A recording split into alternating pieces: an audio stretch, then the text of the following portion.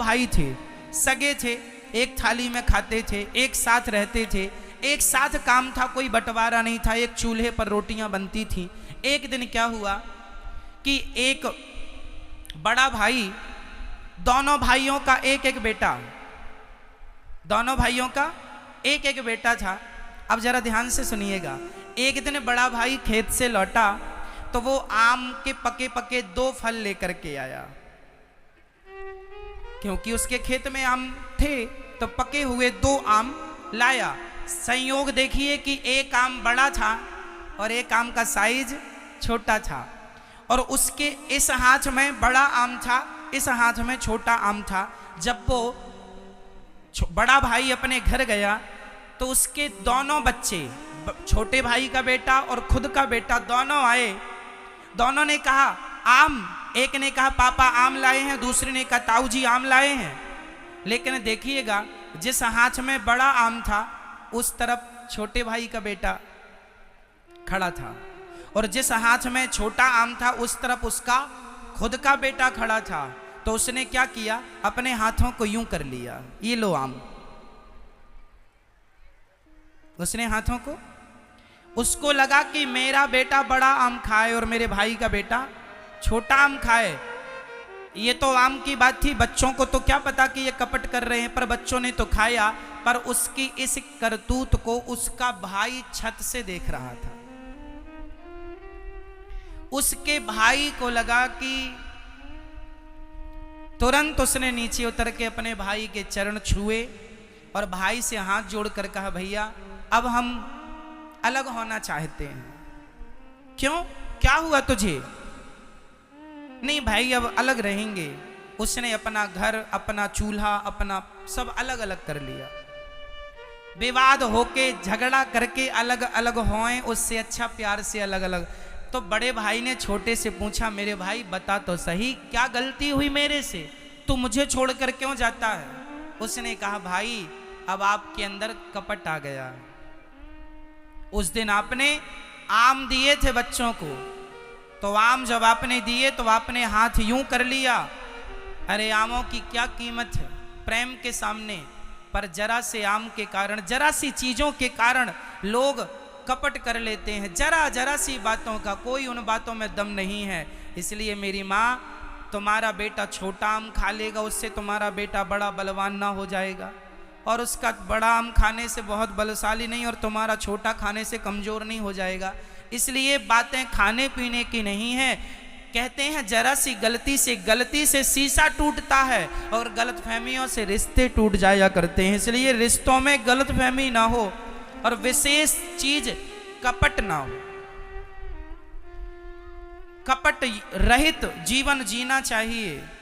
छोटा भाई बड़े भाई के लिए कपड़े लाए, बड़ा भाई छोटे भाई के लिए कपड़े लाए, जेठानी देवरानी के लिए साड़ी खरीदे, देवरानी जेठानी के लिए साड़ी पसंद करे। वो घर घर नहीं, स्वर्ग है जहां एक दूसरे के लिए लोग जीते हैं। लेकिन आजकल इतना कपट भर चुका है लोगों के अंदर। जेठानी कहती है मैं तो देवरानी की शक्ल नहीं देखना चाहती महाराज, और देवरानी भी कहती है मैं अपनी जेठानी के जीते जी देहरी नहीं चढ़ूंगी। तो मैं आपसे सवाल करता हूं, आजकल छोटा भाई अपने बड़े भाई से बात नहीं करता, बड़ा भाई छोटे भाई से कोई छोटी छोटी बातों पर बात नहीं करता। जमीन के बंटवारे के कारण लड़ाई हो गई। अरे भाई तुम भाई हो, एक साथ बैठ के सुलझा क्यों नहीं लेते कि भाई ये तुम ले लो, ये हम ले लो। एक ही अपने आप को सरेंडर कर दो, और हो सके कोशिश करो झगड़ा ना हो। चूल्हे अलग होए चलेगा, घर अलग होए चलेगा, कारोबार बिजनेस अलग होए चलेगा, पर मन दिल नहीं होना चाहिए अलग अलग। अलग होकर भी एक रहो। यही जहां सुमति तहां संपत्ति नाना, जहां कुमति तहां विपत्ति निदाना। आज भाई भाई लड़ रहे हैं जरा जरा सी बातों में, पड़ोसी पड़ोसी लड़ रहे हैं जरा जरा सी बातों में। क्या मिल जाएगा तुम्हें लड़कर झगड़कर? आपस में प्रेम करना सीखो। हम मर जाएंगे, कुछ बांध कर ना तुम्हारे बाप ले गए ना तुम ले जाओगे, केवल प्रेम ही रह जाता है मेरी माँ इस धरती पर। हमारे और आपके द्वारा प्रेम ही रह जाता है। इसलिए प्रेम से रहा करो, निष्कपट होके रहा करो, कोई कपट ना हो। सबके प्रति प्रेम हो। पूतना के अंदर कपट था, इसलिए भगवान ने उन्हें देखना भी पसंद नहीं किया और पूतना को देखकर आंखें बंद कर ली, क्योंकि पूतना का तन सुंदर है, मन सुंदर नहीं। और जिनका तन सुंदर होता है, मन सुंदर नहीं होता, भगवान कहते हैं ऐसों को हम देखना भी पसंद नहीं करते। इसलिए क्या जरूरी है मेरी मां, क्या अच्छा करना है, क्या अच्छा करना है, जोर से बोलो, क्या? मन। तो आप लोगों का मन अच्छा है? जिठानी को देख के गुस्सा तो नहीं आता? देवरानी को देख के गुस्सा तो नहीं आता?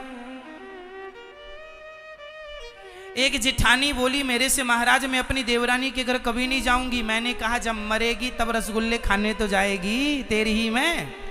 हाँ महाराज तब जाऊंगी, जब मर जाएगी तब जाएगी, जीते जी नहीं जा रही। तो जमाना यही कहेगा लो जिंदा थी तब तो शक्ल दिखाई नहीं, और अब देखो चली आई अपना।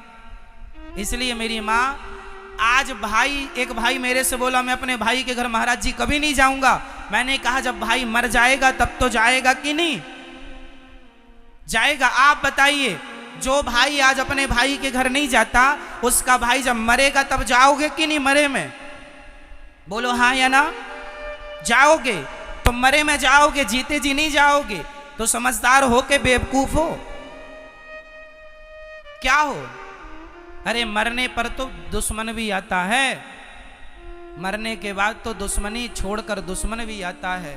जीते जी भाई का रिश्ता निभा लो। माना कि भाई गलत है, आप सही हैं, पर फिर भी कुएं में बाल्टी उतरती है तो जब तक झुकती नहीं है तब तक भरती नहीं है। यदि झुक जाए तो बाल्टी भी पानी से भर जाती है। यदि झुककर रिश्ते बचा सको तो झुककर रिश्तों को बचा लेना चाहिए। आपकी अकड़ से कहीं रिश्ते टूट ना जाए मेरी माँ।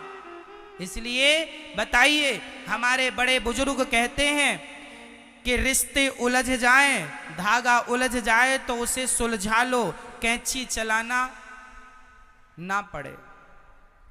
उसी प्रकार रिश्तों के धागे उलझ जाएं, रिश्ते उलझ जाएं तो सुलझा लो, उनमें कैंची ना चलाना पड़े। रही मन धागा प्रेम का, मत तोड़ो चटकाए, टूटे से फिर ना जुड़े, जुड़े तो गांठ पड़ जाए।